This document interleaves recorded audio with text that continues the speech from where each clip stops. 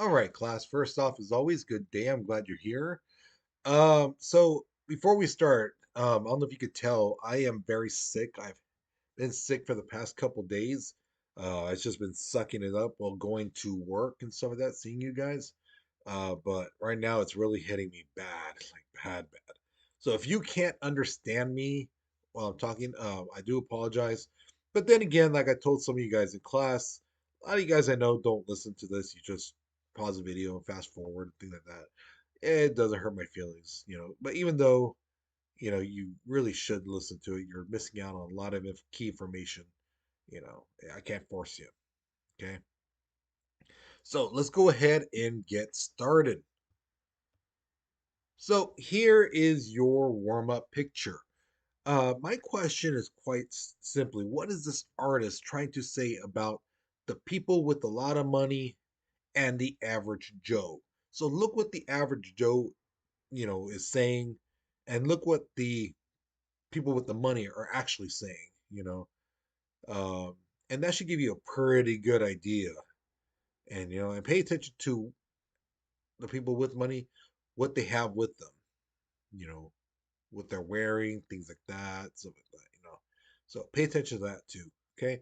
So pause the video, write your response because we're moving on in three, two, one. All right. So the civilian labor force, this is basically anyone who's 16 and older who's either really looking for a job. I mean, we're talking legitimately looking for a job, or is currently working. Okay. Now, why do I say legitimately? Well, because the thing is, sometimes some people are like, well, I'll just apply to one place, and if they call me, cool. If not, oh well. That's not really looking for a job. You know, really looking for a job is, going online, applying to 5 different places, sending in your resumes, ready to do an interview if they call you up, and things like that. Um, that's legitimately looking for a job. Okay. Now, the number of people who fall in this category varies from 140 to 160 million people in this country. Now, here's the thing. A student several years ago was like telling me that seems kind of low. Um, yeah, because the thing is, they don't count the people in the military. Okay, the way these economic people see it, uh, you volunteered for the military. Uh, and it's not a job per se, but in my opinion it is a job. But again, I'm not one of these economist guys. So they're like, yeah, you guys volunteered for that, so it's more of a service. People in prison, they don't count. And yes, a student asked me, or did tell me last year, you know and well, in prison people work. It's like, yeah, they do work, but it's not like that's a job you apply for if you're not in prison. You don't see anyone go, "Oh man, I can't wait to make license plates." You know, no, they don't do that. Why? Because you can't apply for a job like that. The ones that are in prisons, you know, those are for the convicts and stuff like that. Okay, and people in other institutions, whether there's the psychiatric wards and things like that. Those people aren't counted. Now, workers have been trying to organize into unions for, I mean, a really, really, really long time. And the first time that workers tried to organize and like really truly almost succeeded completely was in 1788 or 1778. It was these painters. I believe it was in Pennsylvania. It could be Massachusetts, but I think it's in Pennsylvania. And basically, what happened is, like, let's say I'm a guy who wants my house painted. I'll go to guy number A and say, "Hey, how much to paint my house?" He'd be like $50. I might go to the second guy, number B, like, "Hey, how much to paint my house?" Oh, $50. And then I'd be like, well, this guy said he'll do it for $40. Could you do it for $40? Yeah, I can do it for $40. So the guy number B says I'll do it for 40. Then I will go back to guy number A, say, hey, I was about to hire you, but this guy said he'll do it for $40. Could you do it for 30? Things like that. So they basically pitted these guys against each other. Okay. But here's the thing. Um, and it's true, because someone did mention, hey, don't they still do that kind of? It's like, yeah, people do, you know. Um, They basically like someone wants their you know bathroom redone. They get contractors and they say they give me a bid. Basically, tell me how much it's going to cost for you to make my bathroom the way it is. So that does happen, still to this day. But the thing is, those guys take in consideration everything, the parts, labor, all that stuff, and that's where people see like, hey, how much is this? Whereas opposed to this way I was showing you earlier, they're pitting these guys against each other. Can you go lower, lower, lower, lower? You know, so now the thing that gets me, which really upsets me, are these people, especially in these certain political parties, who say unions are bad, they're evil, they're corrupt. Like Jimmy Hoffa was part of it. The mafia used to run it. It's like, yeah, they used to run it. And was it all unions that were run by the mafia? No, certain ones were. It's not just one union. There's a ton of unions. Um, and yes, Jimmy Hoffa was the head of the union, but that was back in the 70s, and he disappeared. So that whole notion of, oh, they're so evil, they're so this and that. My thing is like this: if you don't like unions, you should give back what they got you. And here's a list: decent work hours. If you like working 8 hours and eight, if you're asked to work an extra 2 hours, you get time and a half overtime. If you like that, thank a union. If you like having health care at your work, thank a union. If you like the fact that, hey, if you get pregnant, or if the you're with somebody and they're going to have your child, you can have maternity leave and not be scared that, oh my god, they're going to get rid of me because I've been gone to see my child. No, they won't. That's job security. Who did that? Unions. They ended child labor laws. So kids, you're like, you see that picture right there, 5, 6, 7, 8 years old, no longer have to work. They can't work that young. Go to school, progress, learn something. you know, Better working conditions, especially if you guys work at like places that are really hot, that you need that AC. Think a union. They're the ones that did that. You know, um, Ladies, your pay, the gap pay between guys and girls back in the day used to be for every dollar a guy made, a girl would get like 70 cents. Now it's a lot closer. Now it's like in the 90s. So think a union.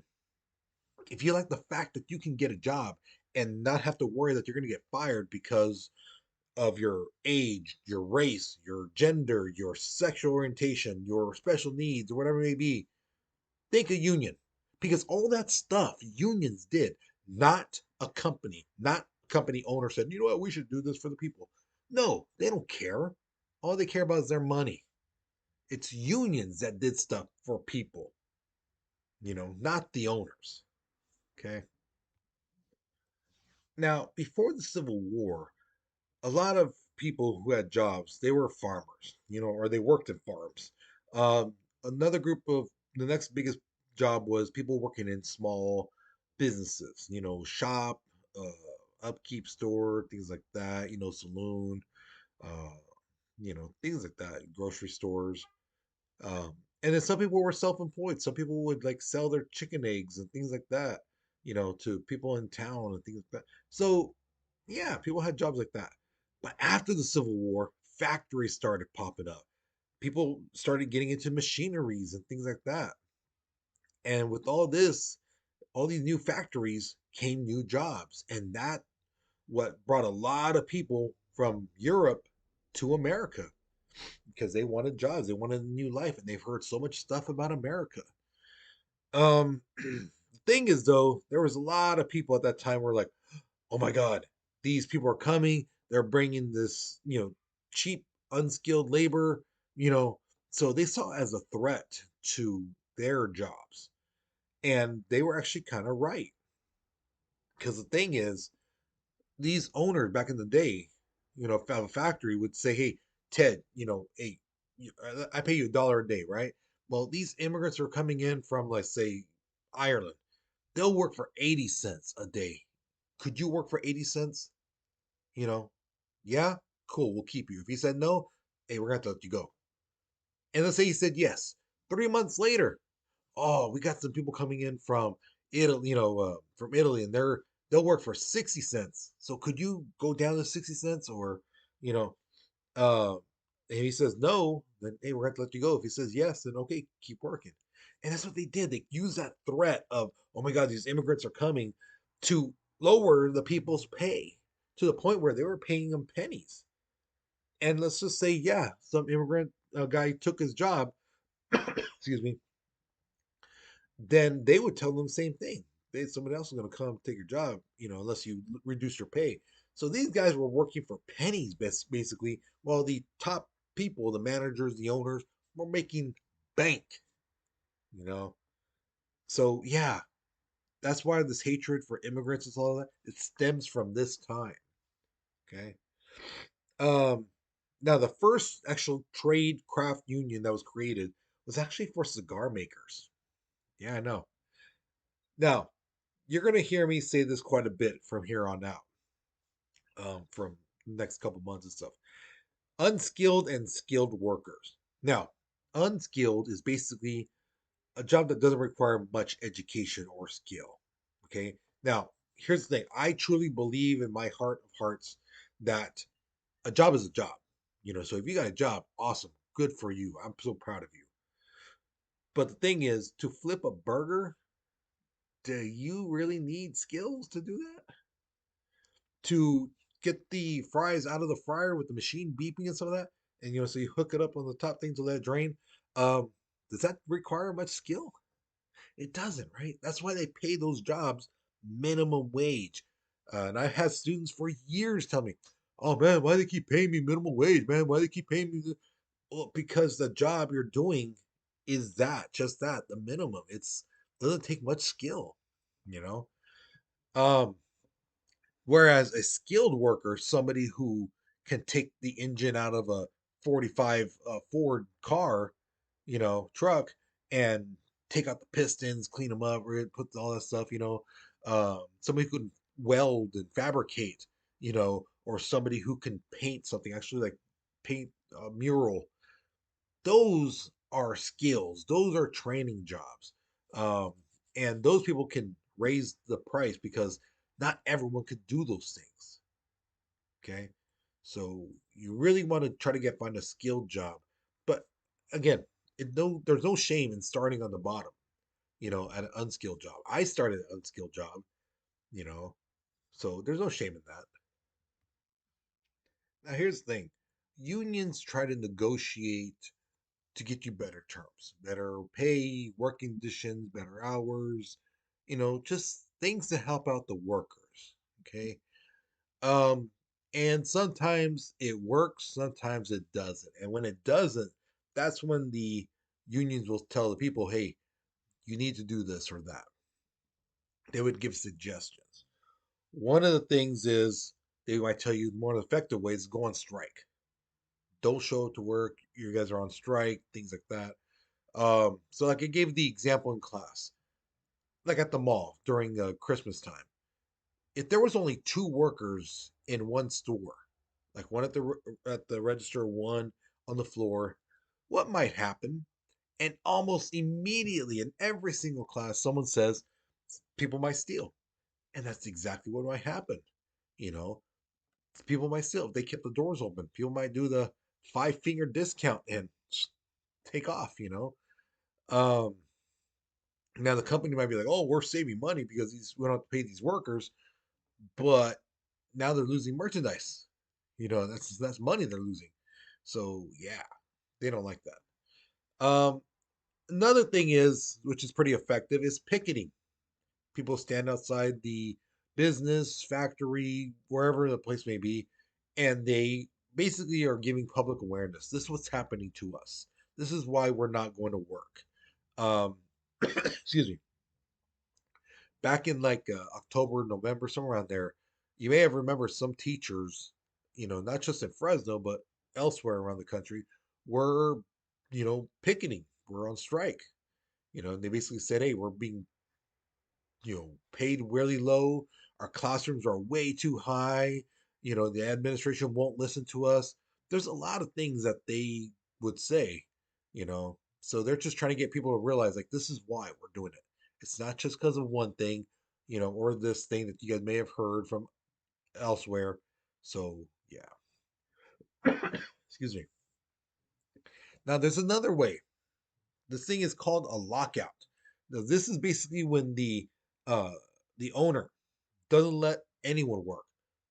The managers, the employees, they don't let them work. They basically tell them, you guys are going to sit down, come to an agreement.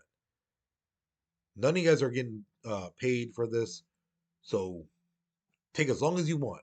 And, both sides, they want to get paid, so they'll try to negotiate a lot faster. The last one uh,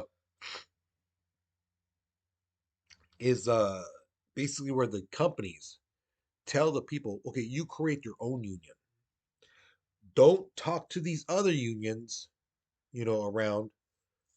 You create your own, you know. And the reason why they do this is because they know those outside unions. Let's say the factory that the people are wanting to start an own union. Let's say they make shoes. The outside union knows the other factories that make shoes. They know how much they get paid, the working conditions. They know all that stuff. So if that person came in and said, "Whoa, you guys are, working in horrible conditions. You guys are being paid way low," then those people might be like, instead of asking for $20, we should have for 25. Just like everyone else. But if that outsider never came in, then they may be like, what, we should ask for $20 because they don't know what other factories, shoe factories are making. They don't know that, so historically, courts have ruled in favor of companies over unions. Back in the late 1800s, early 1900s, in England and the US, unions were seen as conspiracy groups um, trying to dismantle the country by attacking businesses and things like that. So they were seen as negative and, oh, they're evil, they're horrible. And this continued, for a really long time. Now, one of my favorite stories from a union comes from 1902. This group called the United Hatters Union. Basically, they told this company of workers, hey, you guys need to go on strike. But the thing is, some of the workers were like, we can't all go on strike. Some people, they have families. They can't afford to, stop working. They need that money.